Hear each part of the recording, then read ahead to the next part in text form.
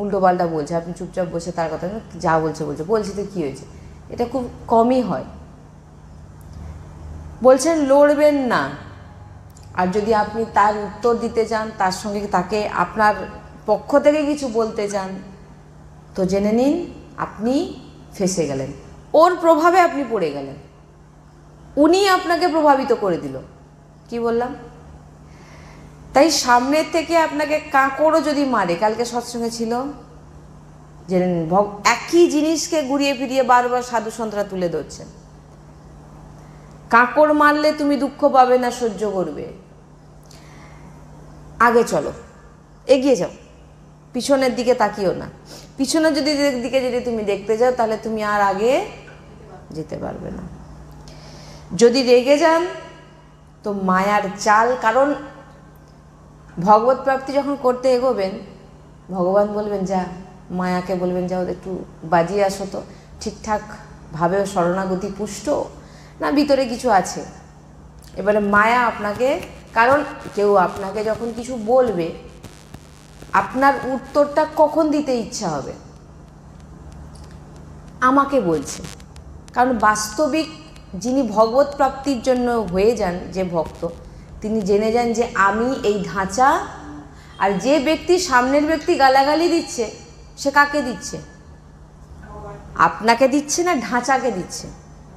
ঢাঁচা মানে দেহ, কিন্তু আমি তো এ নয়, মানে একে তো আমাকে ছাড়তেই হবে।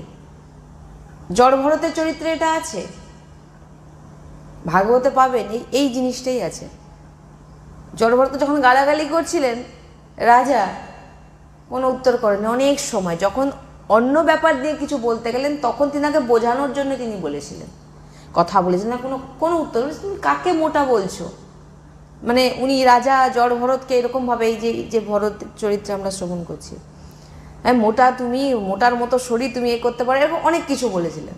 তুমি মোটা রোগা কাকে বলছো? আমি না মোটা না রোগা, না কালো না ফর্সা, আমি ভগবত অংশ, আমি কোনোদিন নষ্ট হব না। তুমি আমাকে কি বলছো? তুমি তো আমাকে কিছু বলোই নি, তুমি তো এই ঢাঁচাকে বলছো যে নষ্ট হয়ে যাবে, আর সেটা আমি নই। কখন আপনি সহ্য করতে পারবেন? কখন আপনি মনে হবে যে গালাগালি দিচ্ছে আপনার কানেও আসবে না? কেন? কখন? যখন আপনি মনে করবেন আমাকে, ইন্দ্রিয়ের প্রতি আসক্তি আমাকে দিচ্ছে, তখন আপনার উত্তর দিতে ইচ্ছা হবে। কি বোঝা যাচ্ছে না? যায়নি? যখন আপনি জানবেন যে আমি নই, যেটা সাধু সন্ত বলছেন আমি নয়, যখন আপনার ভিতরে এটা এসে যাবে যে আমি নই, ও গালাগালি কাকে দিচ্ছে? এটা তো আমি নই, এটা তো পোশাক। এ নতুন হতে হতে হতে হতে এক সময় বৃদ্ধ হয়ে ছিঁড়ে তাকে ফেলে দিতে হবে, পুড়িয়ে দেবে, তো আমি তো নই। তো অতএব ভক্ত জেনে গেছে যে আমি নই। সে যদি আমাকে বলো, তার যদি আপনি প্রতিক্রিয়া করেন, তাহলে আপনার মধ্যে এখনো দেহের প্রতি আসক্তি রয়েছে। সে আমাকে এরকম বলে দিল।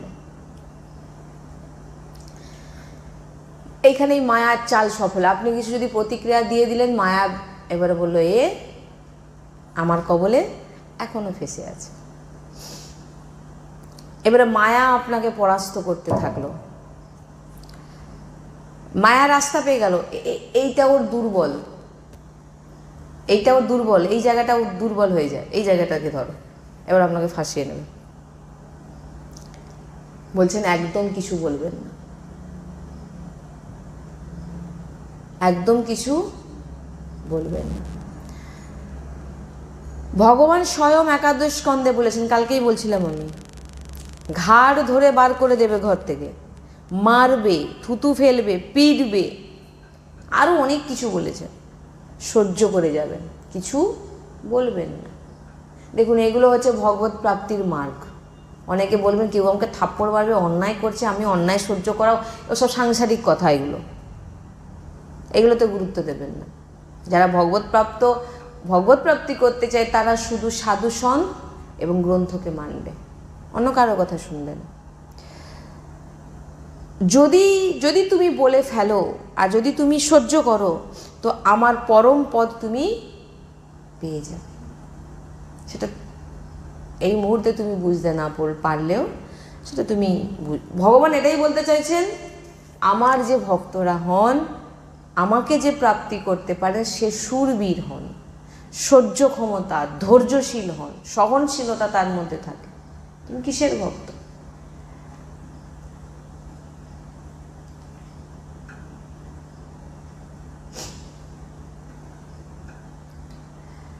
ভক্তরা ভাববেন যে আমি তো সহ্য করি, কারোকে কিছু বলি না, ঝগড়া করি না, কারোর সঙ্গে সম্পর্কও নেই, কিন্তু তবুও কেন আমার নিন্দা হচ্ছে?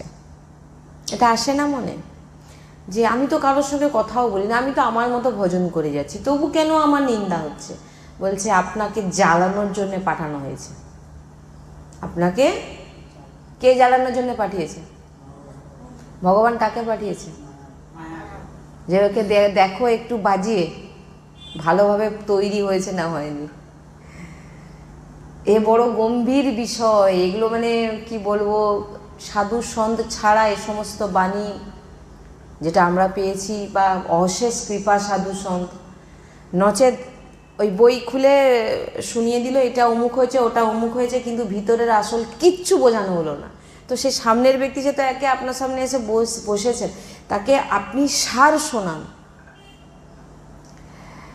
এ বড় গম্ভীর বিষয়।